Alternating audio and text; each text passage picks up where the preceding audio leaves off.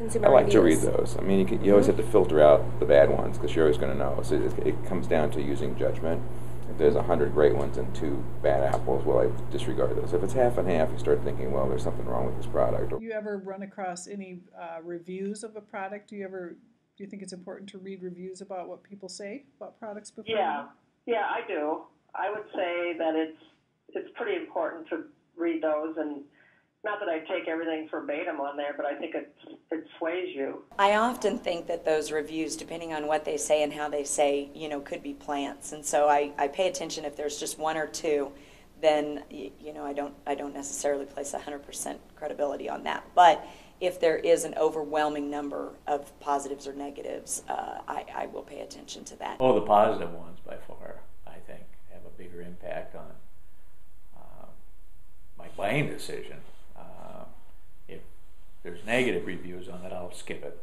I'm just not going to follow up with that. Skip the reviews or skip the product? I'm going to skip the product. Some of the reviews I look at, if they're negative, I can kind of figure out or read between the lines of what they're trying to say. It depends on the product, obviously.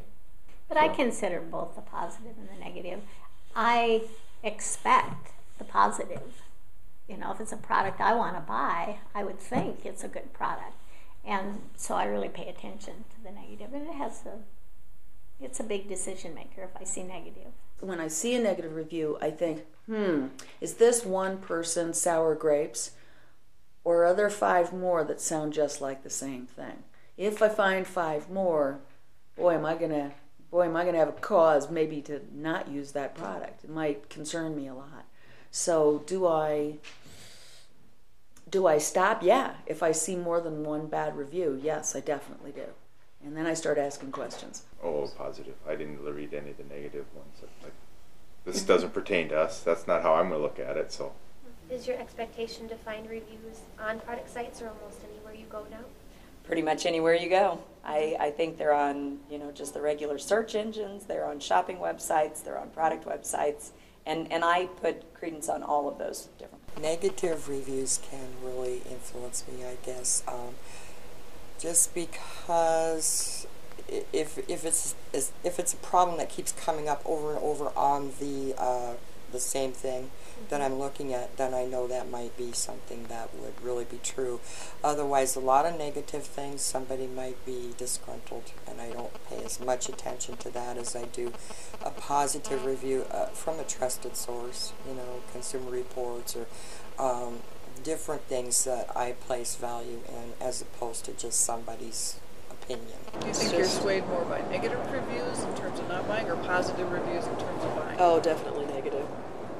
Yeah, because when you're looking at something, you're looking for the bad. Okay, what's wrong? What am I going to have problems with?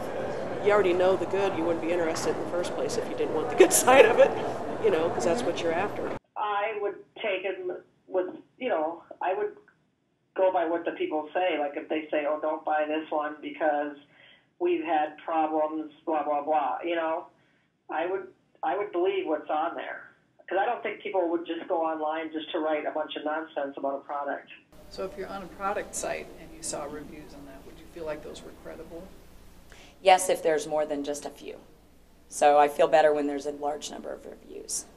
But I do believe them even on product sites. If you could tell that it was actually open to both positive and negative and it wasn't filtered, would that give more credibility to you? Yeah, I think it would. Definitely would. Yeah, I would.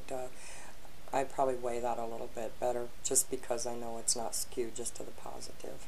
The reason that we didn't even look at the car brand is when you typed in that name and more of the articles were negative than positive, so figured, that many people can't be wrong. Or that many people that feel that strongly.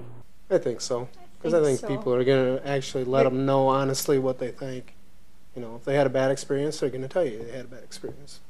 If it was good, well, then. For a product or a service or anything like that, I do believe that